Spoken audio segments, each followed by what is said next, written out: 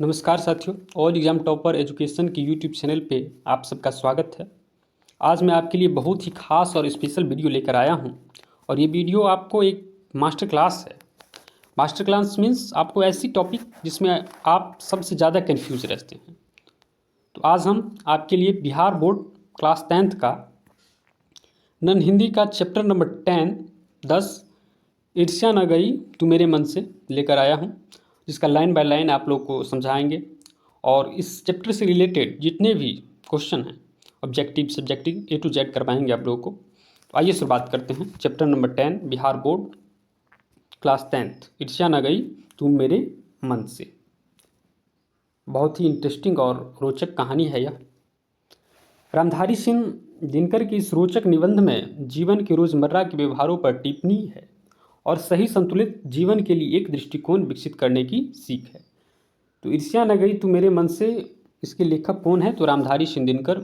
आपको ऑब्जेक्टिव में अक्सर पूछ दिया जाता है। तो ईर्ष्या न गई तू मेरे मन से, इसके लेखक कौन है? तो राष्ट्रकवि रामधारी सिंह दिनकर। और यह क्या है? तो एक निबंध है। ईर्ष्या न गई तू मेरे मन से क्या है? तो निबंध है।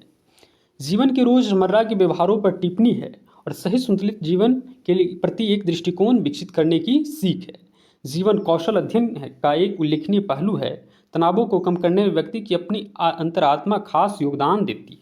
यह निबंध इस अंतर्निहित समझ को विकसित करता है। शीर्षक रोचक है और अपनी नज़र में पढ़ने का आमंत्रण देता है और पहली ही नज़र में जो है पढ़ने का यह आमंत्रण देता है। बिहार के यशस्वी साहित्यकार दिनकर की रचना संसार की व्यवस्था को समझने में पाठ सहायक है। और ईर्ष्या न गई तू मेरे मन से, इसके लेखक कौन हैं? तो बिहार के यशस्वी साहित्यकार रामधारी सिंह दिनकर की यह रचना है, ईर्ष्या न गई मेरे मन से। तो आइए शुरुआत करते हैं। मेरे घर के दाहिने एक वकील रहते हैं जो खाने पीने से अच्छे हैं, दोस्तों को भी खूब खिलाते हैं और साथ सोसाइटी में भी काफ़ी भाग लेते हैं। बाल बच्चों से भरा पूरा परिवार, नौकर भी सुख देने वाला और पत्नी भी अत्यंत मृदुभाषिणी मतलब मीठा बोलने वाली। और भला एक इंसान को, एक सुखी मनुष्य को चाहिए ही क्या? मगर वे सुखी नहीं है। कौन? वकील साहब। उनके भीतर कौन सा दाह है, इसे मैं भाली भांति जानता हूँ। दरअसल उनकी बगल में एक बीमा एजेंट हैं। उनके विभव की वृद्धि से वकील साहब का कलेजा जलता है। वकील साहब जो हैं वकील साहब बहुत अच्छे हैं, खाने पीने में भी हैं, उनकी पत्नी भी अच्छी है, भरा पूरा परिवार है, लेकिन वे सुखी नहीं हैं क्योंकि उनके घर के बगल में जो है बीमा एजेंट, उनकी विभव की वृद्धि से वकील साहब का कलेजा क्या है? जलता है। वकील साहब को भगवान ने जो कुछ दे रखा है वह उनके लिए काफ़ी नहीं दिखता। वे चिंता में भुने जा रहे हैं कि काश एजेंट की मोटर, उनकी मासिक आय और उनकी तर्क भरक भी मेरी हुई होती। ईर्ष्या का यही अनोखा वरदान है। जिस मनुष्य के हृदय में ईर्ष्या घर बना लेती है, वह उन चीज़ों को आनंद नहीं उठाता जो उसके पास मौजूद है, बल्कि उन वस्तुओं से दुख उठाता है जो दूसरे के पास है। ईर्ष्या का यह अनोखा वरदान है। जिस मनुष्य के हृदय में ईर्ष्या घर बना लेती है, वह उन चीज़ों से आनंद नहीं उठा पाता और जो उसके पास मौजूद है, बल्कि उन वस्तुओं से दुख उठाता है जो दूसरे के पास है। वह अपनी तुलना दूसरों के साथ करता है और इस तुलना में पक्ष के साथ सभी अभाव उसके हृदय पर दंश मारते रहते हैं। दंश के इस दास को भोगना कोई अच्छी बात नहीं है, मगर ईर्ष्यालु मनुष्य करे भी तो क्या? आदत से लाचार होकर उसे यह वेदना भोगनी पड़ती है। एक उपवन को पाकर भगवान को धन्यवाद देती है उसका आनंद नहीं लेना और बराबर उस चिंता में निमग्न रहना, उससे भी बड़ा उपवन क्यों नहीं मिला? एक ऐसा दोष है जिससे ईर्ष्यालु व्यक्ति का चरित्र भी भयंकर हो उठता है। जो हमारे पास है उस चीज़ को छोड़कर जो नहीं है उस चीज़ का चिंता करना बहुत ही दुख का विषय है और इसका जो दंश है वो ईर्ष्यालु व्यक्ति का चरित्र पर भी असर डालता है। अपने स्वभाव पर दिन रात सोचते सोचते वह दृष्टि की प्रक्रिया को भूलकर विनाश में लग जाता है और अपनी उन्नति की उद्यम करना छोड़कर वह दूसरे को हानि पहुँचाने को ही अपना श्रेष्ठ कर्तव्य समझने लगता है। ईर्ष्या की बड़ी बेटी का नाम निंदा है। यह क्वेश्चन आपको ऑब्जेक्टिव में पूछ दिया जाएगा कि ईर्ष्या की बड़ी बेटी का नाम क्या है? तो ईर्ष्या की बड़ी बेटी का नाम निंदा है। जो व्यक्ति ईर्ष्यालु होता है वही व्यक्ति बुरे किस्म का निंदक भी होता है। दूसरों की निंदा वह इसीलिए करता है कि इस प्रकार दूसरे लोग जनता अथवा मित्रों की आंखें से गिर जाएं और तब वो स्थान रिक्त होगा, उस पर अनायास में ही बिठा दिया जाऊंगा।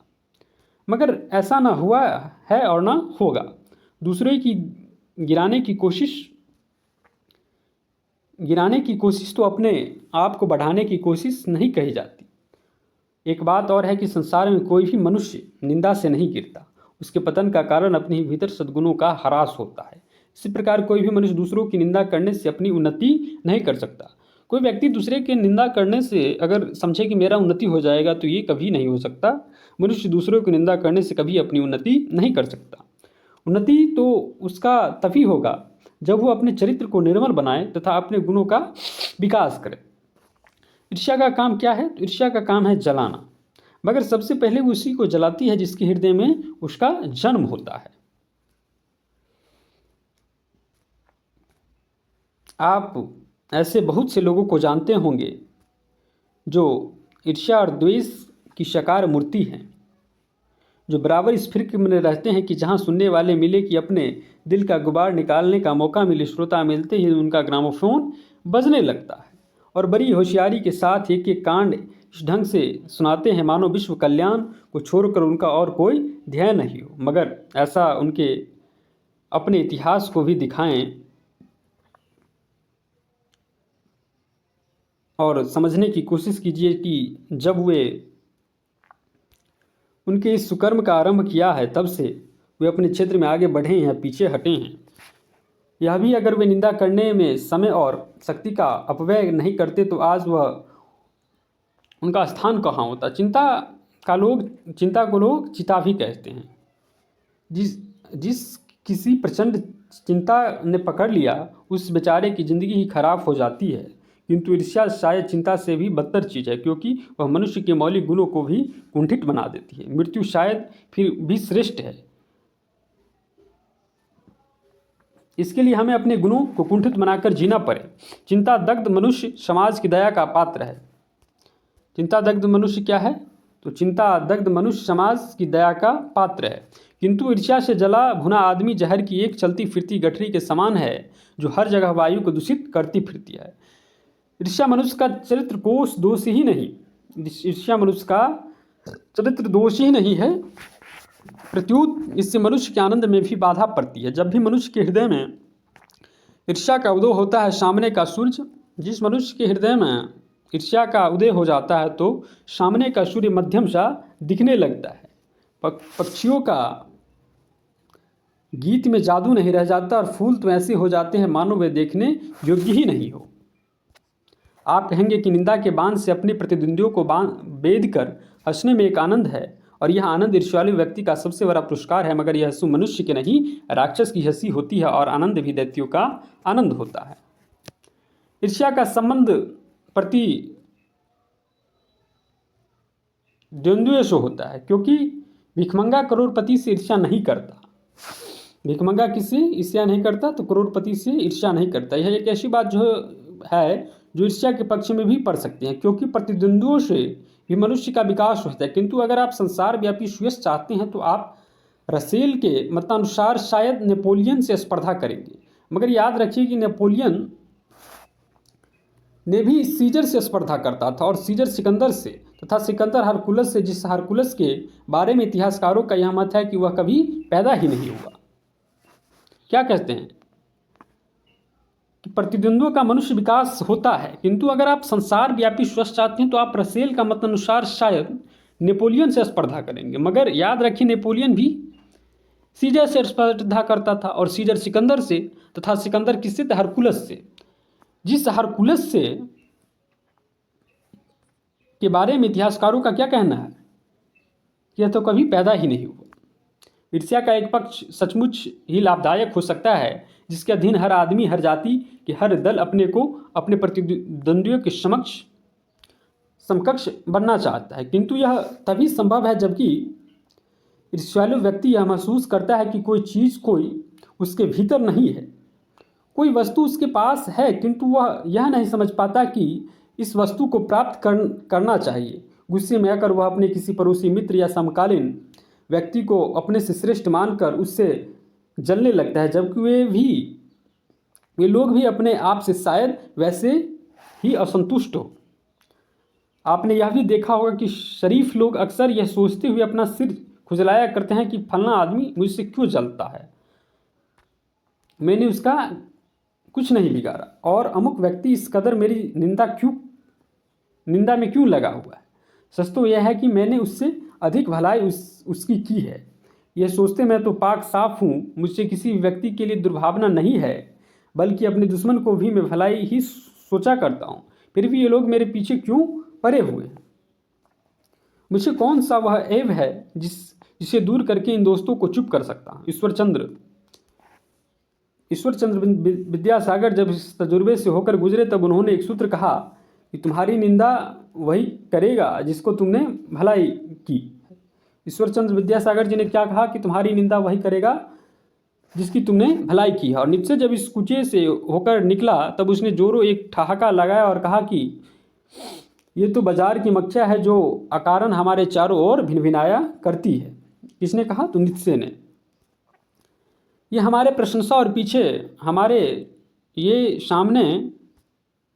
प्रशंसा और पीछे निंदा किया करती है। हम इनके दिमाग पर बैठी हुए मक्खियाँ हैं, हमें भूल नहीं सकती क्योंकि हमारे बारे में बहुत सोचा करती है, इसीलिए ये हमसे डरती है और हम पर शंका भी करती है।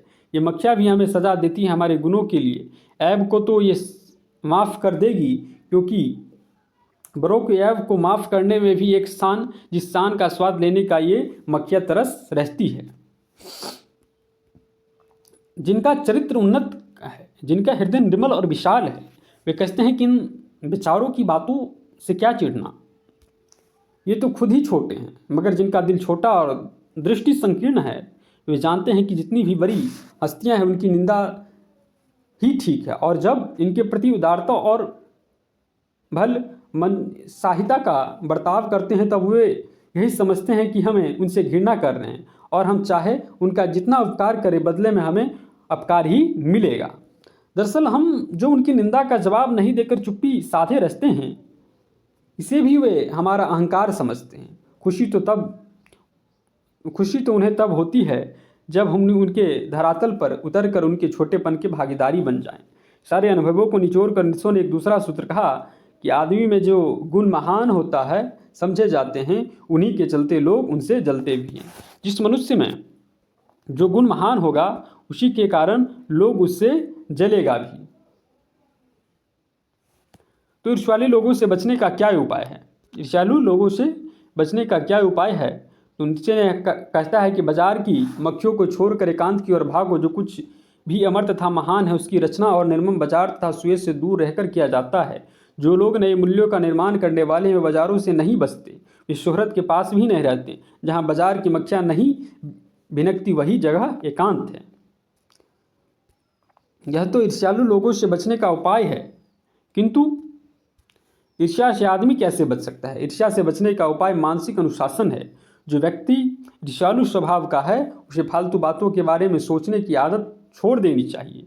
उसे यह भी पता लगाना चाहिए कि जिस अभाव के कारण वो ईर्ष्यालु बन गया उसकी पूर्ति की रचनात्मक तरीका क्या है। जिस दिन उसके भीतर यह जिज्ञासा जागेगी उसी दिन से वह ईर्ष्या करना कम कर देगा। तो इसके लेखक कौन हैं? तो इसके लेखक हैं रामधारी सिंह दिनकर जी की। यह अनुपम रचना है, कालजयी रचना है रामधारी सिंह दिनकर जी की। और शब्दार्थ है इसका, शब्दार्थ भी देख लीजिए। ह्रास का मतलब क्या होता है? तो ह्रास का मतलब कमी या गिरावट। ग्रामोफोन का मतलब रिकॉर्ड प्लेयर, शब्द ध्वनि को टेप करके पुनः सुनाने वाला। ध्येय का मतलब लक्ष्य। सुकर्म का मतलब अच्छा काम। बदतर का मतलब खराब। वनिशब्द मतलब बजाय, अलावा। प्रतिद्वंदी मतलब विपक्षी, मुकाबला करने वाला। व्यापी मतलब फैलाव। स्पर्धा मतलब प्रतियोगी। संकीर्ण मतलब तंग, सिकुड़ा हुआ। उन्नत मतलब ऊंचा, अच्छा, विकसित। तो इस चैप्टर को मैंने पढ़ाया, शब्दार्थ भी करवाया। तो ये था आपका Bihar board class 10th non Hindi का चैप्टर नंबर 10, ईर्ष्या न गई, ईर्ष्या तू न गई मेरे मन से।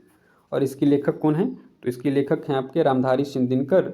और यह क्या है? तो यह एक निबंध है ये भी आप याद रखिएगा, ऑब्जेक्टिव में आप लोगों को पूछ दिया जाएगा। तो ये वीडियो आप लोग को कैसी लगी कमेंट बॉक्स में ज़रूर बताइएगा, और आपका नेक्स्ट चैप्टर भी करवा देंगे। तो इस चैप्टर का A to Z question objective subjective आपको इसी YouTube channel all exam topper education पे उपलब्ध हो जाएगा। तब तक के लिए धन्यवाद, और वीडियो अच्छा लगे तो शेयर ज़रूर करिएगा। Thank you so much.